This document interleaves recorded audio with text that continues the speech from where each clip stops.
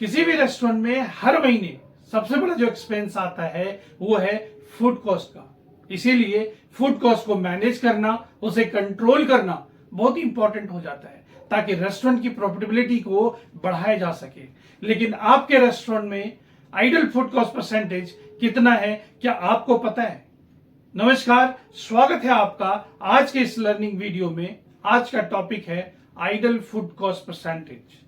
आज के इस वीडियो में हम जानेंगे कि आइडल फूड कॉस्ट परसेंटेज होता क्या है, इसके बेनिफिट्स क्या है और इसे कैसे कैलकुलेट करते हैं। अगर आप रेस्टोरेंट ओनर हैं, मैनेजर हैं, शेफ हैं या फिर इंचार्ज, तो ये वीडियो आपके लिए है।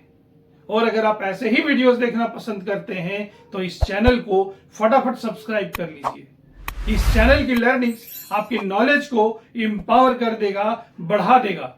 मैं रेस्टोरेंट मैनेजमेंट की ट्रेनिंग देता हूं, रेस्टोरेंट के डेली ऑपरेशन से रिलेटेड प्रॉब्लम का सॉल्यूशन देता हूं। तो चलिए सबसे पहले बात करते हैं आइडल फूड कॉस्ट परसेंटेज होता क्या है।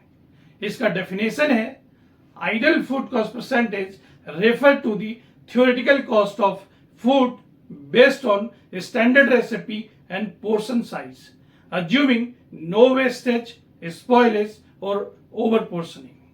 Ideal food cost percentage आपके मेन्यू आइटम्स का थियोरेटिकल कॉस्ट है जो स्टैंडर्ड रेसिपी और पोर्शन साइज के आधार पे होता है। इसमें वेस्टेज, स्पॉइलेज और ओवर पोर्शनिंग शामिल नहीं होता है। ये वो अमाउंट होता है जो आप फूड कॉस्ट पे खर्च कर सकते हैं अगर सब कुछ सही रहा तो।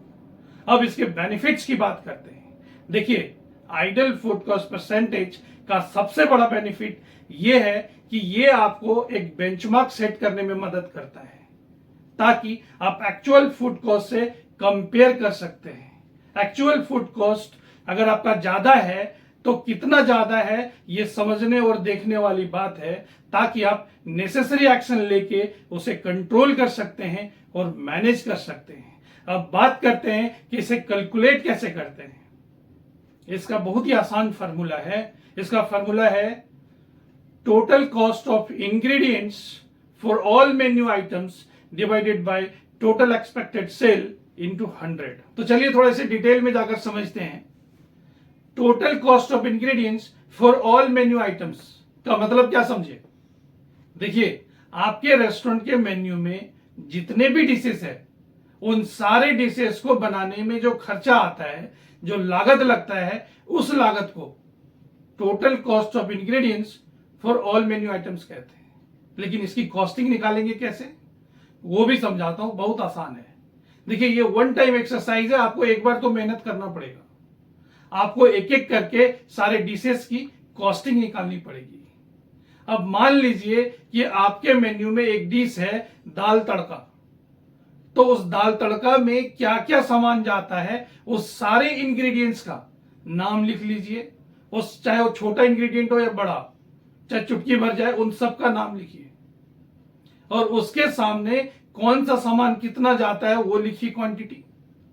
और फिर उसकी प्राइसिंग निकालिए और उसे टोटल कर दीजिए।